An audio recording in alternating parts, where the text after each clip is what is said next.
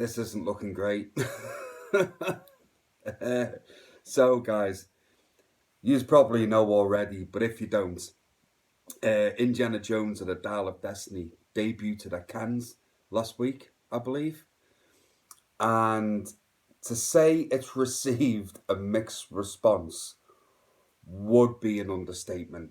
I don't think Disney were expecting this at all.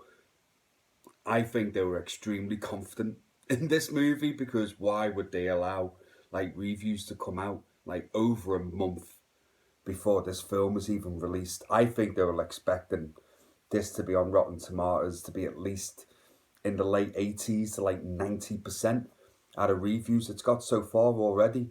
But we are currently standing at a 52% Rotten score at the moment, which isn't great. And I'm going to get into like a couple of the reviews that have been left.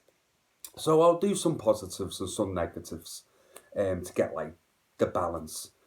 But, just scrolling through some of the negative ones and like some of them are really brutal. I've got to be honest with you. And some of the fears that I had for this movie, I feel like I've come to life kind of thing. I feel like what I was scared of the most has happened. Um, yeah. I'm still going to check the movie out, guys, at 100% because I love Indiana Jones. But it kind of, it kind of makes the rumours of the test screenings not going well. Like, maybe that did happen. Because, like I always say when we hear stuff about test screenings and stuff, you take it with a pinch of salt. You don't know whether these are true or not, but yeah. So, anyway, I'm on Rotten Tomatoes now. So, I'll go through a couple of positive ones and then we'll dive into a couple of negative ones and then we'll see what's getting said. So, here's a positive review for Indiana Jones and Dial of Destiny. A MacGuffin is meant to be just that, an object that characters chase after in a story. What it is and what it doesn't usually matter. Surprisingly, it does, and gives the movie its absolutely bonkers, jaw-dropping climax. Right? Okay, so that's a positive one. Here we go. Here's another one. It counts as sort of a compliment to say that James Mangold's film It counts as a sort of compliment to say that James Mangold's film, until a gleeful, absurd ending, plays just like another episode in a creaky, unpretentious romp. Okay, I got a 3 out of 5. What happens down below?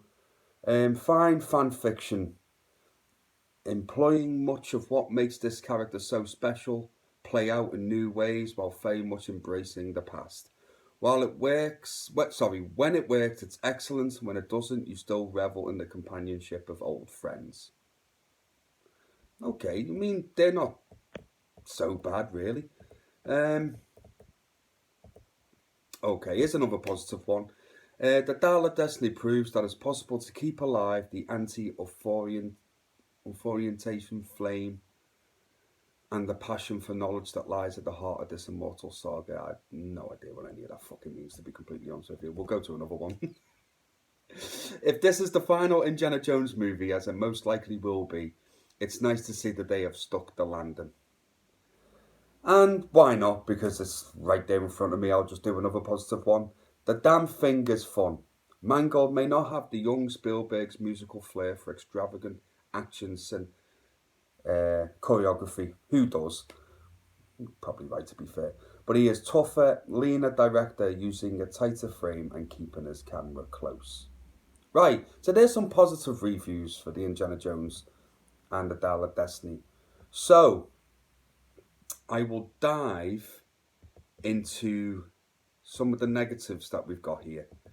So, let's have a look. Here we go. Okay. The camera really creates meaning on its own, except when there's a familiar brown fedora somewhere on screen, at which point it charges towards it like a happy pup reuniting with its owner, a shot that repeats on at least 4 separate occasions. And that was from IGN, which actually gave it a 4 out of 10, which, oh, if anything, IGN are normally quite generous. Here's another one. There are needs being met here, but they aren't storytelling based, so as much as stroking the fan base and meeting the bottom line ones. So much as stroking the fan base and meeting the bottom line ones. There's nothing wrong with stroking the fan base. Here we go. There are so many chase sequences that the movie seems held together with slender bits of plot rather than the other way around. Worse yet, they are so heavily CGI'd, I thought we'd get a lot of that they'd come off as grimly dutiful rather than thrilling or delightful. Here's another one. The de-aging and other CGI manipulations of Ford's body only serve to demonstrate that Dial of Destiny just wants to turn back the clock instead of doing anything new.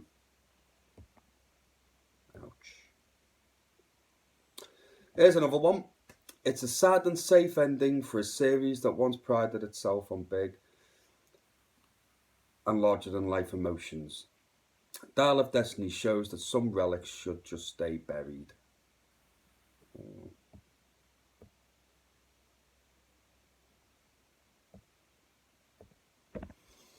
This is depressing. This is really depressing to read.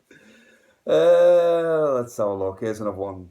This is a big, bombastic movie that goes through the motions but never finds much joy in the process, despite John Williams' hard-working score continuously pushing on nostalgia buttons and trying to convince us we're on a wild ride.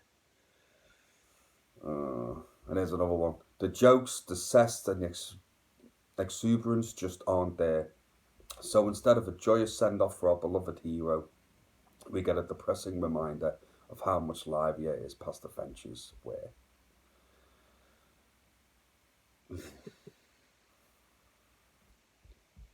Sound. So, yeah, it's mixed.